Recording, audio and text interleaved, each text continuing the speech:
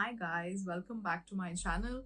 I'm really excited to be doing the mental health series, and if you haven't seen the video on why I want to do the mental health series, you can go and check that out. But I feel that mental health is such an important aspect of our well-being. It's not just about our physical well-being, but also our mental well-being. And I think a lot of these issues have started cropping up in the recent past, especially when the pandemic hit. I myself went through a lot of anxiety, a lot of, worry, what's going to happen, and, a lot of things, because obviously we were shut inside our homes. We were not going out anywhere, and, we were kind of virtually working away from our friends, our colleagues, and it just took a toll on so many people, right? So I thought of creating something on addressing these mental health issues, and actually talking about it in the open. So today's video is nothing to do with landing a job or an internship or how to crack an interview, nothing of that sort. But if you think that mental health is something that is also very, very important to you, then you should definitely watch this video till the end. So, without further ado, let's jump into the topic for today. The topic for today is the FOMO syndrome. Now, I'm going to be covering a couple of aspects on this topic, starting off with what exactly is the FOMO syndrome. How do you identify that you have FOMO syndrome, and how do you tackle the FOMO syndrome? So, with that, let's get into it. Okay, so what exactly is the FOMO syndrome? Quite honestly, the term FOMO, if there's a full form of it, which is fear of missing out. This term was coined by a doctor, and this doctor found out about this FOMO syndrome in the year 2000. That was about 21 years back. I'm assuming most of you were not born then. But it was somewhere around the time when the internet generation, the internet boom happened. We kind of started getting connected with each other, through these different forums. And this doctor did more research into what exactly is the FOMO syndrome. And after about 4 years, somewhere around 2004, he had enough and more data to suggest and to kind of tell the world that this is something that is going to come more and more into the younger generation of today. Now, if you do some math around the year this was coined and the year this was discovered, you will realize that this was somewhere around the time when the internet kind of became really huge in the world. We started getting connected with each other. Facebook was launched around the same time, I think 2004. And we started getting connected with one another, through social media and through different social media aspects, and our world started becoming smaller. And because we were connecting with each other so much, there was this sense of we're not doing so well for ourselves. There are people who are doing much better, and that's how the fear of missing out syndrome was recognized and identified.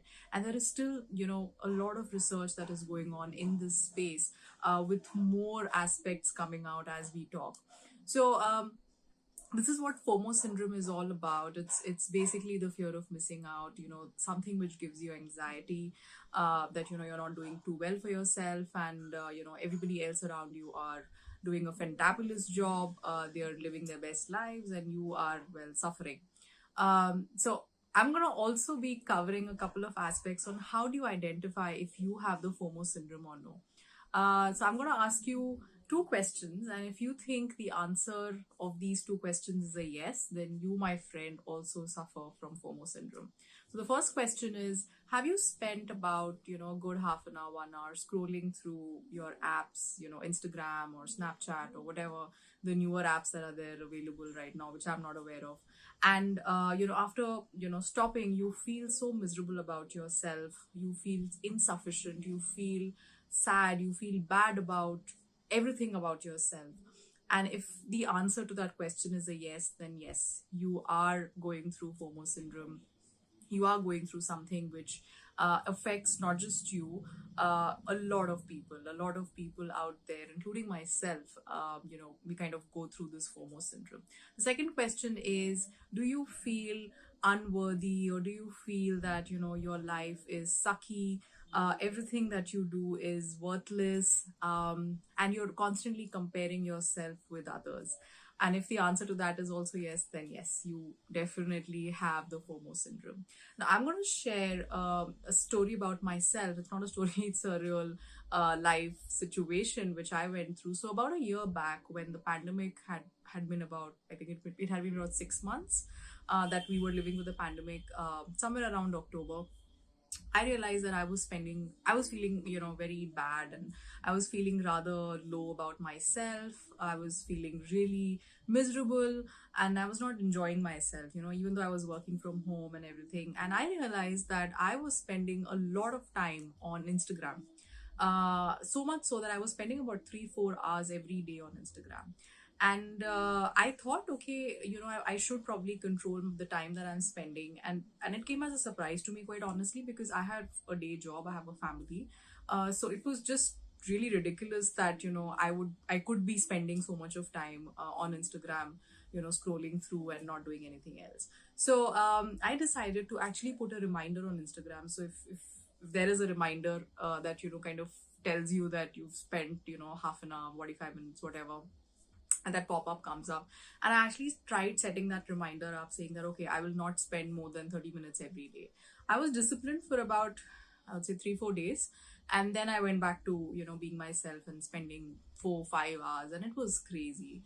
And that was when I decided that enough is enough. I need to remove this app completely, and I did that. So it's been 1 year of me kind of coming out of that addiction of spending so much time on Instagram. And I'm really proud that I don't have the app on my phone. I have it on my laptop, so if I want to go and check something, I spend like 5-10 minutes. And again, it is so addictive that I have to constantly tell myself I'm not going to spend more than 10 minutes on Instagram on my laptop, and that's about it.